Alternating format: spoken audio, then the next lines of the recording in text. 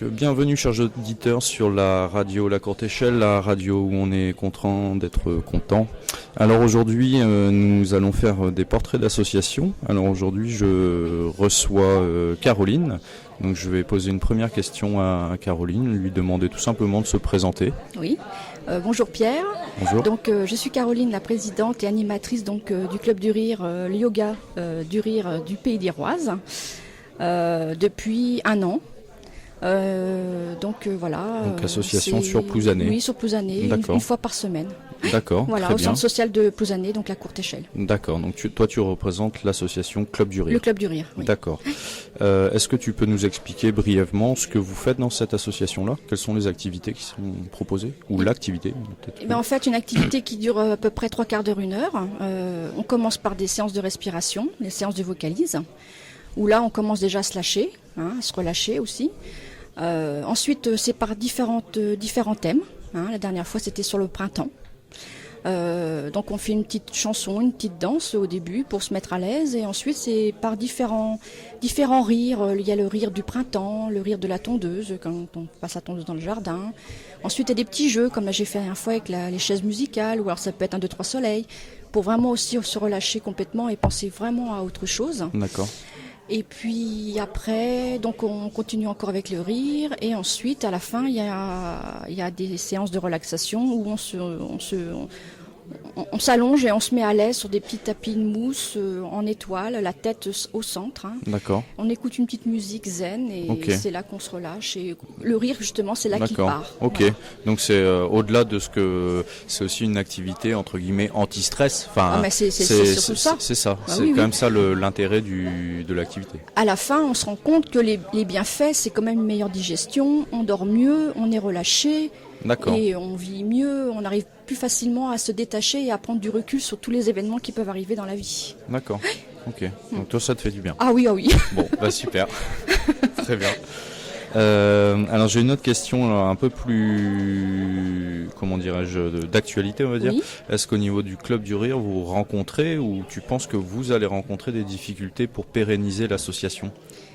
J'ai l'impression que c'est vrai, du point de vue publicité, on n'en fait pas trop. Donc j'espère que dans le centre social apparaîtra le Club du Rire, comme toutes les associations.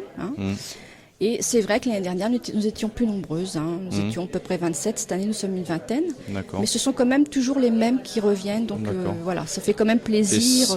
Et du coup, au niveau de l'âge des participants, c'est varié. Enfin, comment dire, c'est très large ou la moyenne d'âge, c'est 60 ans. D'accord. Voilà, donc vraiment en gros. Et au niveau de votre bureau aussi, c'est pareil. C'est cette moyenne d'âge-là. Oui, aussi. Oui. D'accord. Je suis présidente. J'ai une vice-présidente avec moi qui aussi co-animatrice donc du club. J'ai une trésorière et donc une secrétaire. Nous sommes 4 actuellement au bureau. Ok, c'était aussi sous cet angle de l'âge-là, de l'âge aujourd'hui que les personnes dans les associations ont, qui m'amène à cette question-là, parce qu'on sait que beaucoup d'associations ont une moyenne d'âge des fois de 50, 60, des fois voire plus.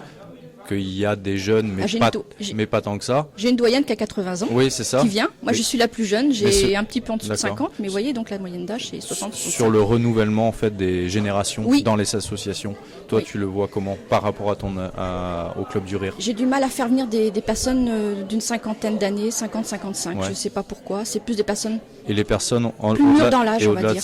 Moins de 50, les 30, 40? Non, il n'y a personne.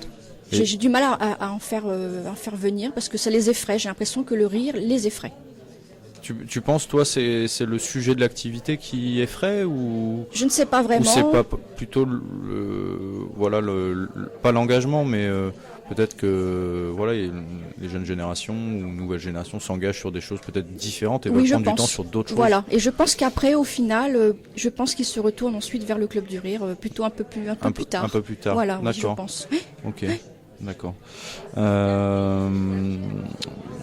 C'était 2-3 petites questions pour savoir un petit peu comment vous êtes au Club du Rire. J'ai une question qui n'a strictement rien à voir. Comme tu vois derrière toi, il y a l'exposition de créativage, oui, voilà, sur l'habitat d'hier et celui de demain. Oui. Au-delà parce que nos éditeurs voient pas ce qu'il y a sur les pancartes. Non. Par rapport à la question qui est posée à la fin finalement de cette exposition-là. Donc la question qui est posée, c'est finalement comment imaginer l'habitat de demain. Question, voilà, en prenant en compte différents paramètres.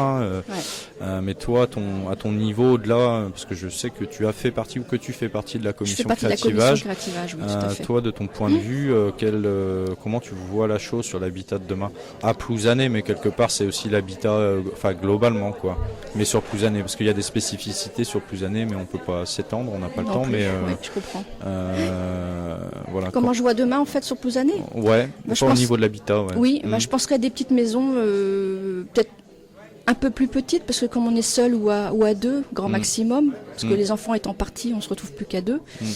Dans la majorité des cas, des petites maisons avec un étage, enfin même pas d'étage, carrément au rez-de-chaussée. Des maisons plein pied. Voilà, maisons de plein pied avec un petit bout de jardin, ce qui est important d'avoir aussi le petit coin verdure. Et pour pouvoir aussi faire du potager si on a le temps aussi. Donc moi je verrais plutôt des petites maisons toutes simples, pas trop collées les unes aux autres non plus. D'accord, en restant sur des fonctionnements quand même maisons individuelles. Oui, voilà, avec le minimum de confort quand même. Hein. Oui, bien sûr, mais des maisons moins grandes, moins volumineuses et moins chères en entretien. D'accord, parce qu'il y a aussi ce qui se développe beaucoup, tu sais, c'est les habitats participatifs et collectifs où ils aménagent des quartiers pour que les aînés puissent à un moment donné rencontrer des jeunes couples. Aussi, oui, c'est très bien ça. Ouais, c'est très bien. Est-ce que sur Plouzané, tu penses, toi, de ton point de vue, parce que tu es habitante de Plouzané, tu connais aussi comment dire, je vais utiliser le terme, mais la mentalité plouzanéenne, de ton point de vue, c'est quelque chose qui serait faisable ou pas ? C'est une possibilité à envisager. Voilà. Je pense qu'il ne faut pas laisser ça de côté. D'accord. Il faut pouvoir avoir de la place et après avoir des personnes qui se rencontrent ensuite, faire des réunions de quartier, des petits repas de quartier qui se perdent, j'ai l'impression, de plus en plus. D'accord, oui. C'était alors ça, c'est des questions parce qu'on reçoit aussi des habitants avec des questions. Oui. Et c'est vrai que dans ces questions-là, il y avait est-ce que vous identifiez des besoins ou des manques. Oui, mais là tu viens d'en exprimer un, c'est-à-dire que parce que dans mon quartier, il y a eu ça des années quand les gens sont arrivés et je vois que depuis il y a plus. Les gens ne se rencontrent plus ou pas suffisamment. La semaine dernière, j'ai appris qu'une de mes voisines avait été hospitalisée pendant une semaine, je l'avais pas su. Donc je pense qu'on n'est pas assez encore à regarder son voisin, à lui dire bonjour. D'où l'intérêt aussi de l'espace convivial et qu'à un moment donné, le café convivial, ça peut faire converger différentes personnes. Je pense. Je pense aussi. Ouais. Mais c'est vrai que la question des repas de quartier, tout ça. Aujourd'hui, on fait des fêtes de voisins. C'est rentré dans les mœurs. Mais quelque part, c'est dommage parce que finalement, on est obligé d'organiser des temps comme ça, limite institutionnel, parce que les gens se rencontrent plus. Ouais. C'est vrai, je suis d'accord avec toi. C'est un peu particulier, mais c'est pas qu'à Plouzané, ça. Non. Je pense que c'est un peu partout. Ouais, je pense. C'est un peu partout. Ouais. Les gens prennent plus le temps. Ouais. Voilà. Les gens prennent pas assez le temps. Tout à fait. Ouais. Bon, on va conclure là-dessus. Bien. Je merci te remercie, Pierre. Caroline. Bonne journée à toi. Merci. Salut. Au revoir. Au revoir.